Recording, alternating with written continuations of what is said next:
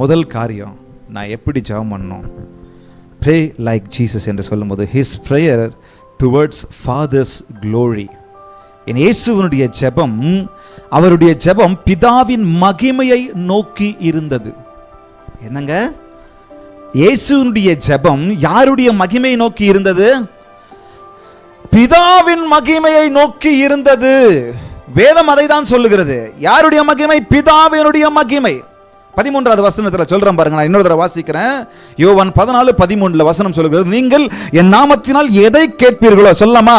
நீங்கள் எல்லாம் சேர்ந்து சொல்லணும், என் கூட சொல்றீங்களா? நீங்கள் என் நாமத்தினால் எதை கேட்டாலும் அதை பிதாவினுடைய மகிமைக்கென்று.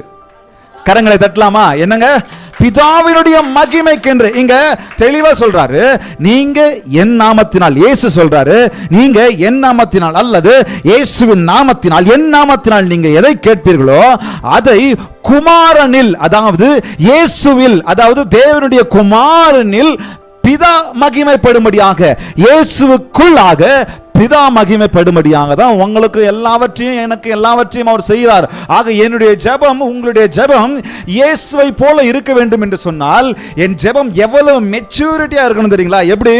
என் ஜெபம் எல்லாம் தேவனை மகிமைப்படுத்துகிறதா? ஹல்லேலூயா. இயேசுவில் தேவனை மகிமைப்படுத்துகிறதா? இயேசுவுக்குள் என் தேவாதி தேவனை உயர்த்துகிறதா? இயேசுவுக்குள் என் தேவாதி தேவனுக்கு மகிமையை சேர்க்கிறதா? இல்லை ஏன் சுயநலத்துக்குள்ளாவே அடங்கி இருக்கா?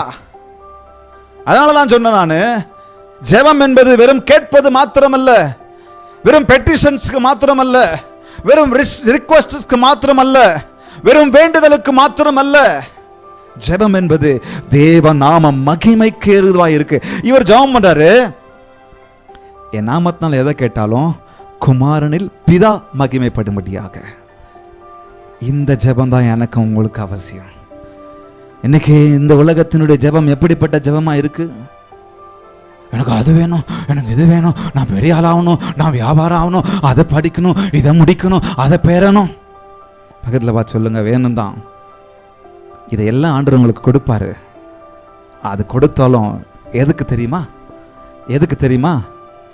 நானும் நீங்களும் பெருமையா வாழ்றதுக்கு இல்லை.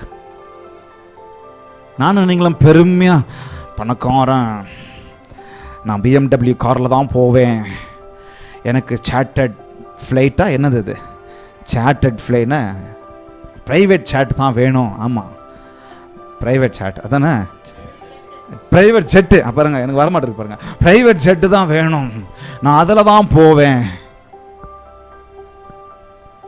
இல்லை, கடவுள் கொடுக்கிறார், எல்லா ஆசீர்வாதத்திற்கும் உங்களுக்கு கொடுக்கிறார், அதில் சந்தேகமே இல்லை. அவர் ஐஸ்வர்யத்தின் தேவன், உங்கள் குறைவுகளை நிறைவாக்குகிற தேவன்.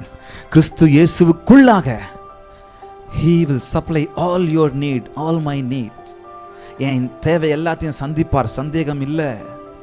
ஆனால் அதெல்லாம் எதுக்கு? நான் பெருமையாக பீத்திக்கிட்டு வாழ்கிறதுக்கு இல்லை, என்ன போஸ்ட் பண்ணிக்கிட்டு வாழ்கிறதுக்கு இல்லை, என்ன பெருமையாக காமிச்சிக்கிறதுக்கு வாழ்கிறது இல்லை. ஒரு மோதிரம் போடு, பரவாயில்ல, மோதிரம் நான்லாம் போடவே இல்லை. இந்த பாஸ்ட் எவ்வளோ நல்ல பாஸ்ட் பார்த்தியா, செயின் போடுறதுல மோதிரம் போடுறதுல எவ்வளோ பரிசுத்தமாக இருக்கிறாரு, அப்படிலாம் கிடையாதுங்க. இல்லை, எல்லாம் ஹிந்தி படிச்சுட்டு இருக்கு. ஸோ அப்போது இந்த மோதிரம் 10 விரலையும் போட்டுருக்கிறார் ஒரு பாஸ்டர். மோதிரம் அவசியமா? அதெல்லாம் போடு, ஏதோ ஒரு கல்யாணம் இருங்க போட்டுக்குங்க, யாரோ ஆசைப்பட்டு ஒன்று கொடுத்தாங்களா போட்டுக்குங்க. இல்லை 10 பேர் உங்களுக்கு ஆசைப்பட்டு கொடுத்தாங்களா? தன்னை எப்படி பூஸ்ட் பண்ணி, தன்னை எப்படி பெருசாக காமிச்சுக்கிறாங்க பாருங்க.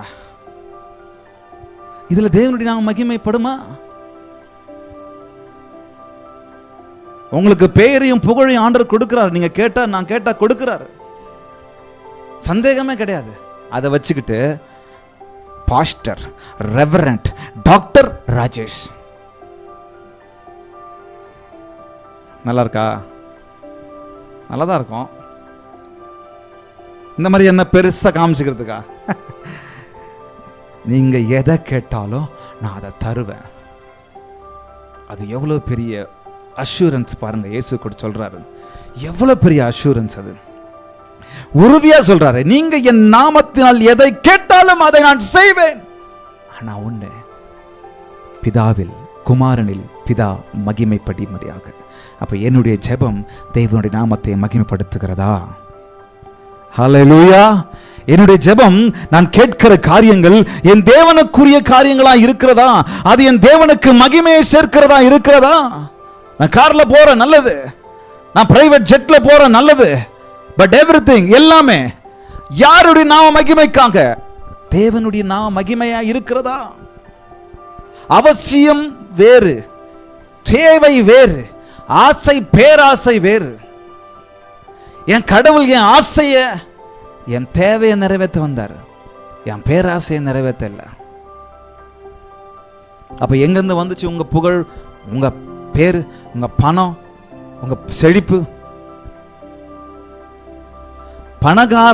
பணக்காரர்கள் எல்லாருமே தேவன் தான் உயர்த்தினாருன்னு சொல்ல முடியாது.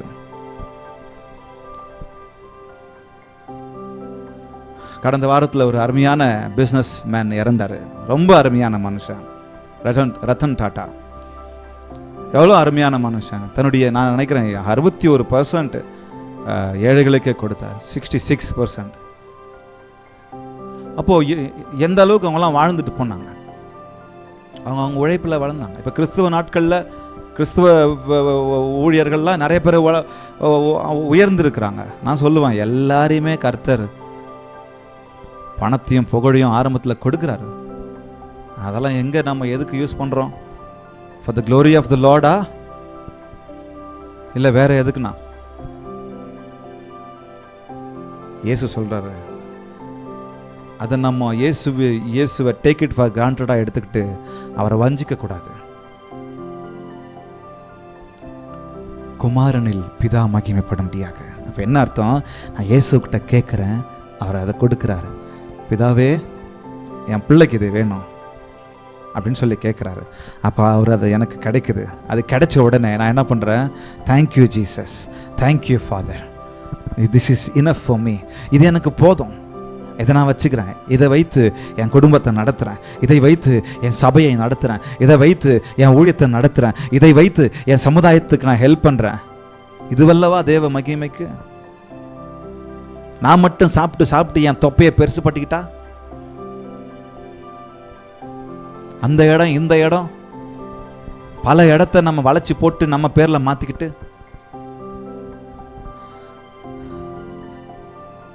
யோசிச்சு பாருங்க. பெரிய ஆளுங்க எல்லாமே செய்யறது தேவநாம மகிமைக்கு செய்யறாங்க. அவங்க பெரிய ஆளு, ஐயோ அவங்கள பத்தி பேசக்கூடாது, அவங்க பெரிய ஆளு, அவங்கள பத்தி எல்லாம் பேசக்கூடாது, கடவுள் பிள்ளைங்க. அப்புறம் ஏன் இந்த மாதிரி தேவையில்லாத பிரச்சனைலாம் வேலையெல்லாம் பண்றோம்? இங்க பாருங்க, வசனம் சொல்லுகிறது, யோவான் 1 யோவான் 5:14, நாம் எதையாகிலும் அவருடைய சித்தத்தின்படி கேட்டால் அவர் நமக்கு செவி கொடுக்கிறார் என்பதே அவரை பற்றி நாம் கொண்டிருக்கிற தைரியம். அல்லேலூயா. அப்ப நான் எவ்வளவு அழகா இருக்கு பாருங்க இந்த வசனம்.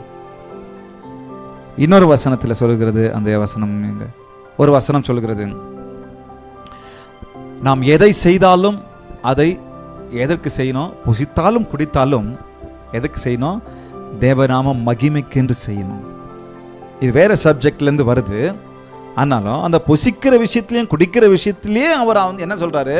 தேவநாம மகிமைக்கென்று செய்யணும் அப்படின்னு சொல்லும் போது என்னுடைய ஜெபம் எப்படிப்பட்டதா இருக்கணும்? ஹல்லேலூயா சொல்லமா. இயேசுனுடைய ஜெபம் எல்லாம் பிதாவின் மகிமைக்கு நேராக இருந்தது. உங்களை நீங்களே பார்த்து கேட்டுக்கலாம், என்ன நான் பார்த்து கேட்டுக்கிறேன், நான் சொல்லி என்ன கேட்டுக்கணும்? என் ஜெபம் எல்லாம் தேவநாம மகிமைக்கென்று இருக்கிறதா? என் ஜெபம் எல்லாம் நான் கேட்கிறதெல்லாம் ஆண்டவர் சமூகத்தில் நான் வைக்கிறதெல்லாம் தேவனுடைய நாம மகிமைக்கென்று இருக்கிறதா என்று சொல்லி நான் ஒவ்வொரு நாளும் என்னை அனலைஸ் பண்ணிக்கணும். ஹல்லேலூயா. சரி, இரண்டாவது